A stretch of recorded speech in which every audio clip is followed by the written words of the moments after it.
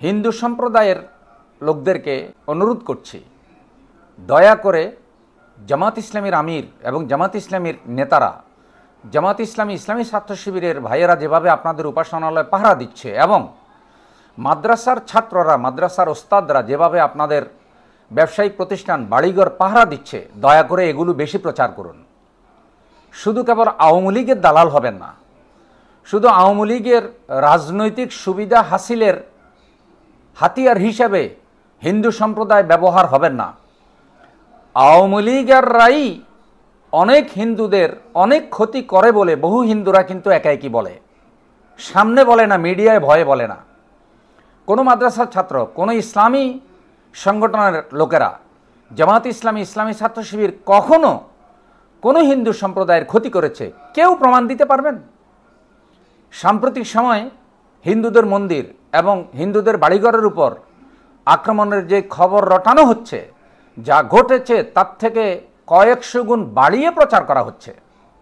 মনে রাখবেন, যেগুলো ঘটছে এগুলি কোনো মুসলমানরা করছে না।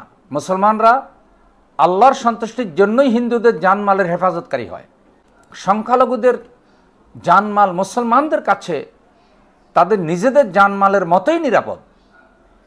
মুসলমানরা আল্লাহর সন্তুষ্টির জন্যই হিন্দুদের বাড়িঘর দখল করে না, হিন্দুদের উপাসনালয়ে হামলা করে না। হ্যাঁ, ইসলামের শ্রেষ্ঠত্ব তারা তুলে ধরে।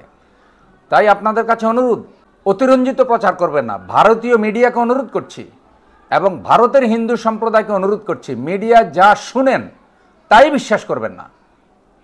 বাংলাদেশে কোনো মুসলমান হিন্দুদের উপর আক্রমণ করে না। বাংলাদেশে আপনারা যে একটা দলকে বেশি বিশ্বাস করেন, অনুরোধ করি বাংলাদেশের ওই জালেম দলটার সমর্থক হবেন না, বাংলাদেশের মানুষের সাথী হন, বাংলাদেশের জনগণের সাথে সম্পর্ক রাখুন।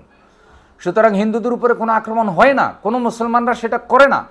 যেসব ঘটনাগুলি ঘটে, যারা কিছু আক্রমণের ঘটনা যেগুলো বিচ্ছিন্নভাবে ঘটে, এগুলি রাজনৈতিক ভেলকিবাজি এবং তথাকথিত রাজনৈতিক সুবিধা হাসিলকারীরা, যাদেরকে আপনারা সমর্থন করেন, তারাই কিন্তু তাদের রাজনৈতিক সুবিধা হাসিল করার জন্য এই ঘটনাগুলি ঘটায়। অতএব সত্যের পক্ষে থাকুন, সত্য প্রচার করুন, আওয়ামী লীগের পকেট থেকে বেরিয়ে আসুন।